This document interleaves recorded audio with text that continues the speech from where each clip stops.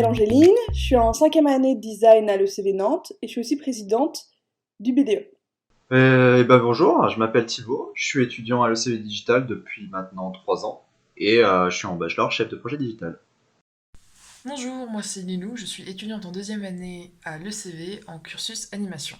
Bonjour, je m'appelle Sarah Kiang, je suis diplômée de l'ECV Nantes depuis l'année dernière et j'étais en design corporate. Bonjour à tous, moi c'est Lenny Hino, je suis cofondateur de l'agence Piste Noire et anciennement étudiant à l'ECV Nantes en cursus digital.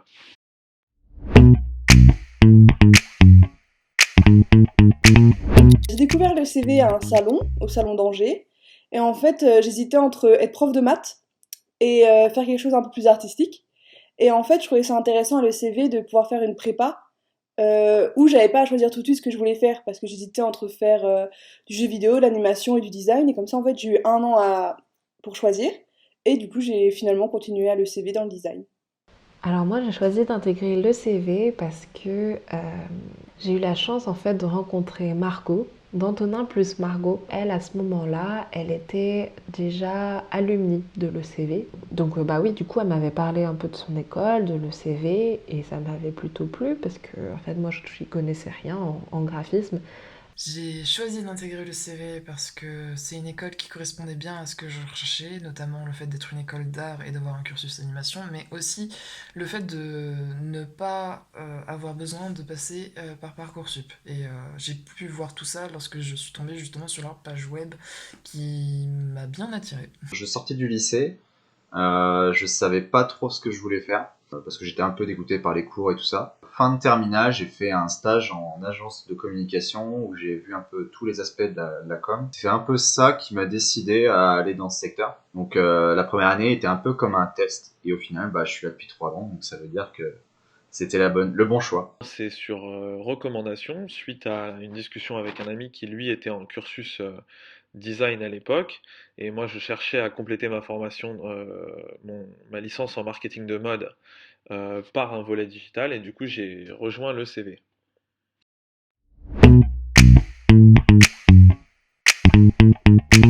Alors moi mon entretien d'admission s'est plutôt bien passé.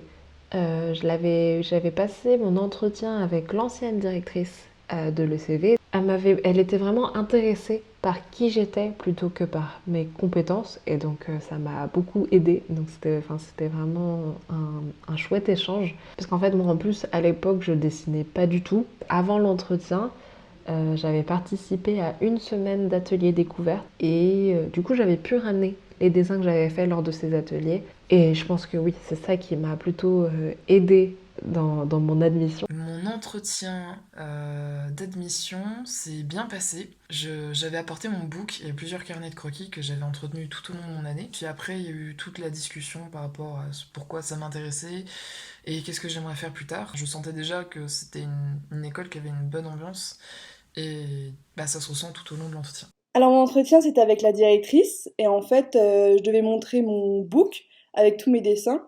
Et en fait, vu que j'ai fait un bac SP maths, j'avais pas forcément un background artistique très grand.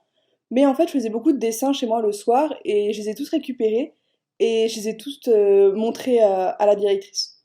D'abord, on a un entretien où là, ce qui importe vraiment, c'est votre profil. Mais venez comme vous êtes, c'est ce qui va faire la différence, c'est quel est votre profil et comment vous vous sentez par rapport à ça.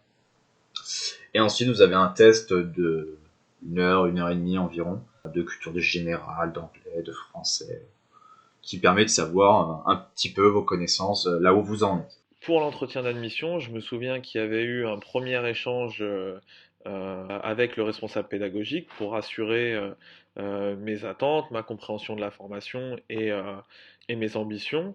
Et à la suite de ça, j'ai passé plusieurs tests écrits qui allaient de la culture digitale à différentes stratégies ou techniques que je pouvais mettre en place.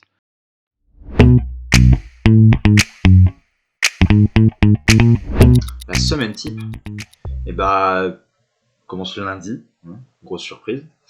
Après, on finit le mercredi, forcément, vu qu'on a 2 jours qui ont été dédiés soit à la partie professionnelle, soit au travail, parce que mine de rien, on a pas mal de travaux personnels à faire en dehors des cours. On n'a que 3 jours par semaine, mais bon, donc les 2 jours suivants, c'est pas les jours de week-end, c'est souvent des jours où on passe notre temps à travailler. En termes de nombre d'heures, bah c'est simple, vous commencez à 9h, vous finissez à 18h30 le soir. Temps de pause, bah c'est simple, comme n'importe quel cours que vous avez au lycée, vous avez des pauses après chaque cours. Pour les grands cours de l'après-midi qui durent 4 heures, vous avez une pause à la moitié. Donc là-dessus, ça te permet de tenir, on va dire, la journée, même si à chaque fin de journée, on est quand même crevé. Ça, c'est pas une surprise. C'est très différent en fonction des filières et des années. C'est-à-dire qu'en prépa, on fait à peu près 30 heures de cours. Et c'est à peu près comme ça durant toutes les années, sauf la dernière année où on a beaucoup plus de temps libre pour développer justement notre PFE. Je sais que nous, les deuxièmes années en tout cas, c'est à peu près 23 heures de cours dans la semaine. Je suis pas tout à fait sûre. Les heures de cours, vu qu'elles nous intéressent, passent plutôt vite. Et pour le travail à la maison, il est évidemment conséquent, mais globalement, c'est pas une charge de travail monstrueuse non plus. Moi, je dirais quand même que la charge de travail à l'ECV est assez lourde, assez dense. Euh, en fait, quand on y est, on a l'impression qu'on ne va jamais y arriver, qu'il y a trop de travail, etc. Mais la clé de la réussite, c'est vraiment le sens de l'organisation, je pense. Moi, c'est ce qui m'a vraiment aidé tout le long de ces 5 années. Eh bien, la semaine type d'un étudiant, pour ma part, c'était en alternance puisque j'ai intégré l'école en master. Donc on avait 4 jours en entreprise, un jour à l'école, et on se retrouvait à différents temps forts de l'année pour des temps de semaines intensives ou de challenge où on avait un projet commun, souvent avec d'autres spécialités, à savoir les développeurs, les UX designers et les web designers.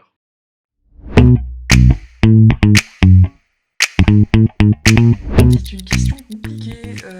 Je dirais que c'est sûrement la 3D, car c'est une sorte de nouveau monde, un nouvel univers qu'on découvre. Et même si c'est pas forcément le cours où j'arrive le mieux, c'est le cours que je trouve presque le plus intéressant. Celui que je retiens vraiment, ce sont les cours de branding, puisque moi j'avais un passif mode et du coup plutôt tourné autour de l'identité de marque, et de retrouver ces cours-là a permis de renforcer ma façon de structurer un message publicitaire pour l'appliquer à quelque chose de plus digital que ce que j'avais pu voir avant.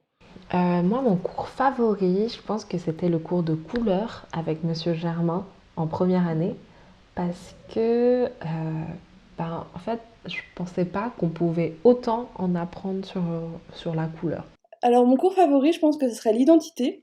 En fait, j'adore ce principe de donner vie à un projet, à une idée et travailler justement avec des personnes qui ont ça dans leur tête et qui n'arrivent pas à mettre des mots ou des images dessus. Et justement, on voit avec eux la naissance de leur projet. Mon cours favori, c'est du développement web. Donc c'est coder pendant 4 heures. Ça paraît pas fun comme ça, mais ça l'est. Non, non, c'est vraiment parce que je veux que ça soit ça mon boulot, c'est de développer des choses, des sites internet, des fonctionnalités pour juste faire kiffer les gens et c'est ça que j'aime.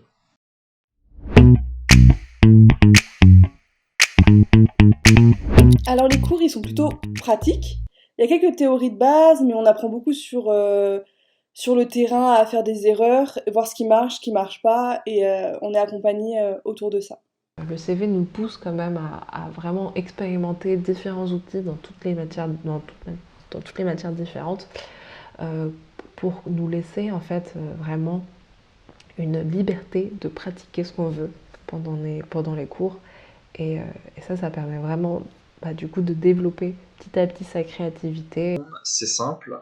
Si on aborde tous les sujets style marketing, forcément il y aura beaucoup plus de théorie parce que même derrière il y a beaucoup de magistraux, il y a beaucoup de notions à savoir. Et par contre, pour ce qui est de la partie web design, développement, etc. Là, par contre, vous ferez beaucoup plus de pratique parce que le seul moyen d'apprendre, c'est de faire. Je dirais qu'il y a une part assez équitable entre les cours théoriques et les cours pratiques, sachant que ce sont des intervenants professionnels qui viennent assurer les cours et la théorie est souvent notée grâce à de la pratique, c'est-à-dire un atelier de mise en place des compétences qu'on vient de voir ou qu'on vient d'apprendre à la fin de ce module.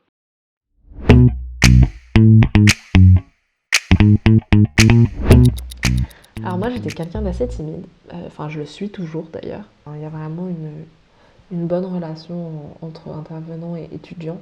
Ils sont vraiment super, super gentils, toujours avenants et tout ça. Et ils sont toujours là pour nous aider. Alors les échanges avec les intervenants, c'est très différent du lycée. On est plus dans une relation d'égal à égal. Et de plus, c'est pas simplement des profs, mais c'est des intervenants qui travaillent dans des agences ou à leur compte. Et du coup, on a vraiment une vision professionnelle, ce qui change beaucoup du lycée général. Globalement, c'est très chaleureux, c'est très enrichissant. C'est super bien d'avoir des profs qui, le reste de leur semaine, sont en train de travailler sur un milieu qui est complètement artistique et qui pourrait nous intéresser pour plus tard. Ou le Oh, bah, des fois, c'est un peu la guerre, comme pour tout le monde. Non, non, vraiment, c'est pas du tout pareil que les discussions qu'on peut avoir avec des professeurs de lycée ou quoi que ce soit. Il y a une grosse différence. Là, c'est vraiment comme une discussion de professionnel à professionnel. Vraiment, on sent ils sont passionnés par ce qu'ils font et ils le font ressentir.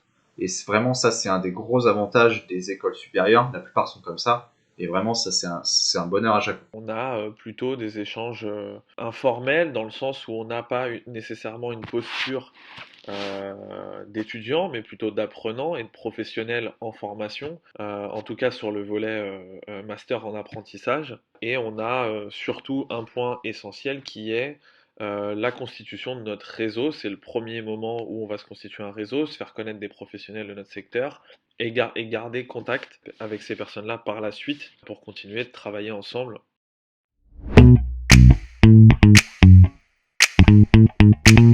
On fait beaucoup de travaux en groupe, à 2, 3, 4, c'est vraiment sympa. Surtout que c'est une bonne chose parce que quand on sera dans la vie professionnelle, on travaillera sûrement, enfin forcément même en groupe. Donc c'est une bonne chose à faire dès le départ, pendant les cours.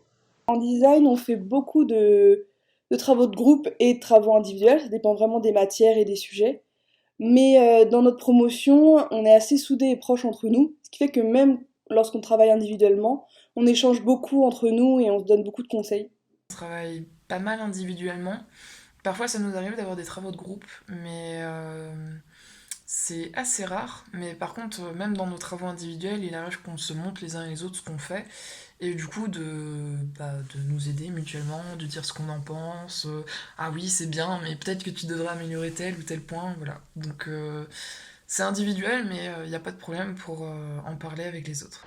Alors moi, comme j'ai dit tout à l'heure, vu que je suis quelqu'un de timide, j'aime beaucoup travailler toute seule. Mais quand on est à l'ECV, en fait, on est toujours en cours, on est toujours à côté de ses camarades, de ses copains et de ses copines. Du coup, dès qu'on a un souci, on se serre les coudes et on peut demander des conseils. On n'est jamais vraiment tout seul. Du fait qu'il y ait beaucoup de projets en commun, parfois transverses entre les différentes spécialités, et donc on a une synergie qui se fait avec la capacité d'avoir souvent des réponses à nos questions. Il y a des profils très variés qui viennent d'horizons différents. C'était agréable en tout cas au moment où moi j'étais dans ma formation de pouvoir m'appuyer sur des compétences que j'avais pas pour pouvoir monter en compétences sur ces sujets-là. Donc un travail plutôt collaboratif.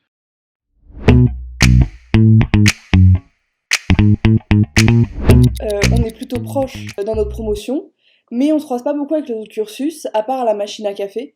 Et justement, on a deux associations dans l'école qui nous permettent de trouver des temps d'échange entre nous. Donc il y a déjà le BDA, le Bureau des Arts. Donc en fait, c'est le reconfigurant qui crée tous les ans une soirée culturelle. Et il y a aussi le BDE qui là s'occupe de la vie sociale à l'école entre les élèves. Et au sein du BDE, justement, on a toutes les années et tous les cursus présents pour essayer de créer des événements ou des projets qui relieraient plusieurs cursus. Oh, bah, on se tire tous sur la tronche, hein. Ça, c'est une vie normale d'étudiant. Non, non, c'est vie étudiante, bah, c'est sympa. On discute pas mal avec les autres promotions quand on les voit. L'ambiance à l'école, elle a toujours été assez sympa. C'est comme un petit cocon, quoi. Le fait d'avoir un parcours en alternance et d'avoir qu'une seule journée en commun au sein de l'école à renforcer nos liens dans le sens où c'est le premier socle sur lequel on s'est appuyé pour s'en sortir dans nos entreprises, avoir des réponses à des questions qu'on n'avait pas quand nos supérieurs n'étaient pas forcément disponibles pour y répondre. Et on s'appuyait tous les uns les autres et on était contents de se retrouver un peu comme une coupure aussi dans la semaine de travail.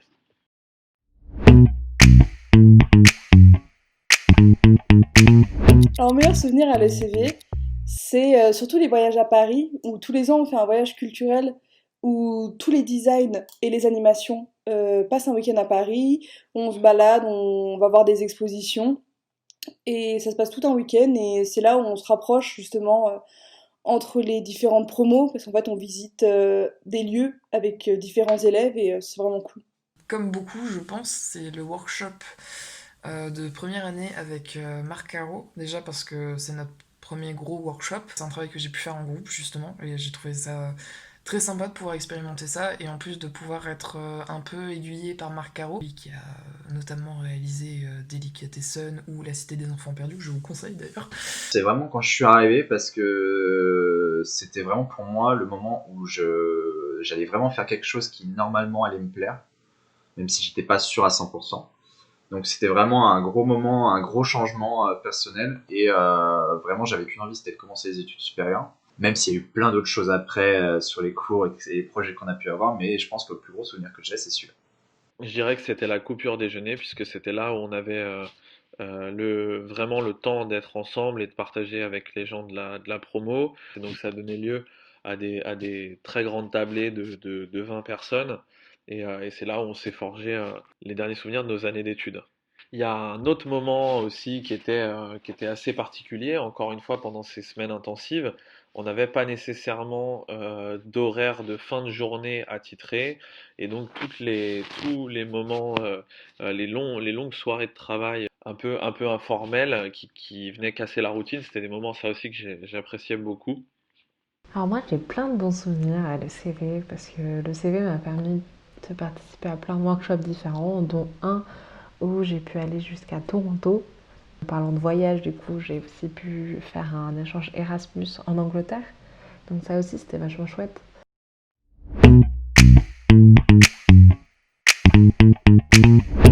Ça dépend dans quelle phase de travail je suis rendue.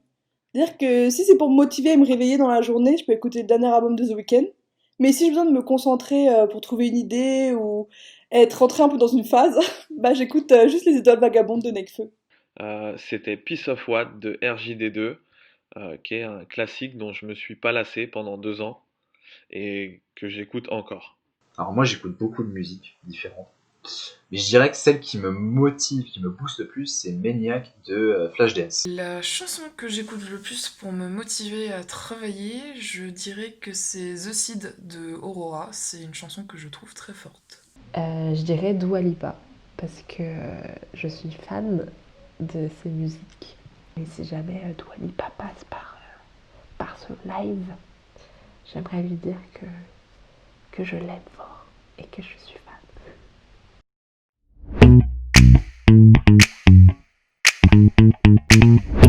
Je dirais que c'est mon plaid qui se trouve juste derrière moi d'ailleurs. J'ai toujours eu mon plaid avec moi. Je sais pas pourquoi, je pense que c'est parce que je suis assez frileuse. Et, euh, et du coup, c'est devenu un peu ma deuxième peau.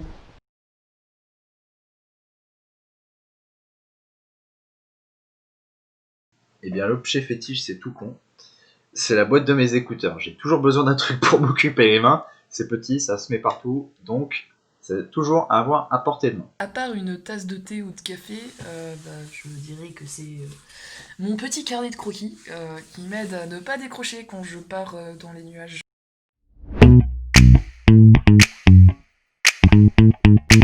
pense que mon projet idéal, c'est de rentrer dans une petite agence qui travaillerait du coup de l'identité ou de l'édition.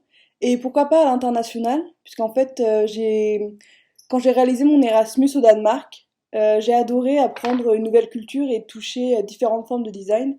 Et je suis toujours curieuse de ça en fait. Alors je pense que ça sera dans une agence web, en vrai, pour commencer. Je veux pas tenter le freelance parce que enfin, ma façon de penser, voilà. Mais ouais, dans une agence web, après à savoir une grosse agence, une petite agence, j'en sais pas trop encore. ça va se définir justement avec les stages et l'alternance. Ça serait de devenir character designer ou coloriste. Et vraiment, dans le meilleur des cas, de créer ma société avec mes amis qu'on a pour projet depuis à peu près 3 ans.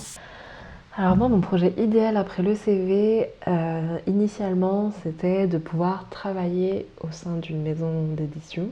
J'ai dû un peu changer mes plans, mes projets, parce que du coup, je me suis lancée directement en tant qu'indépendante.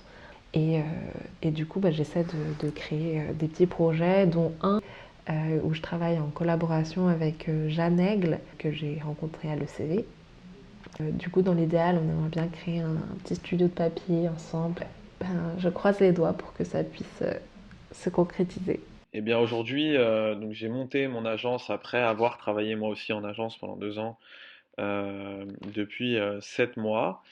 Et ça se passe très très bien. On a confirmé notre méthode et puis pas mal de contrats. Et vous nous verrez sûrement prochainement au Web Today si on a la chance que ça se fasse avec les règles sanitaires du moment.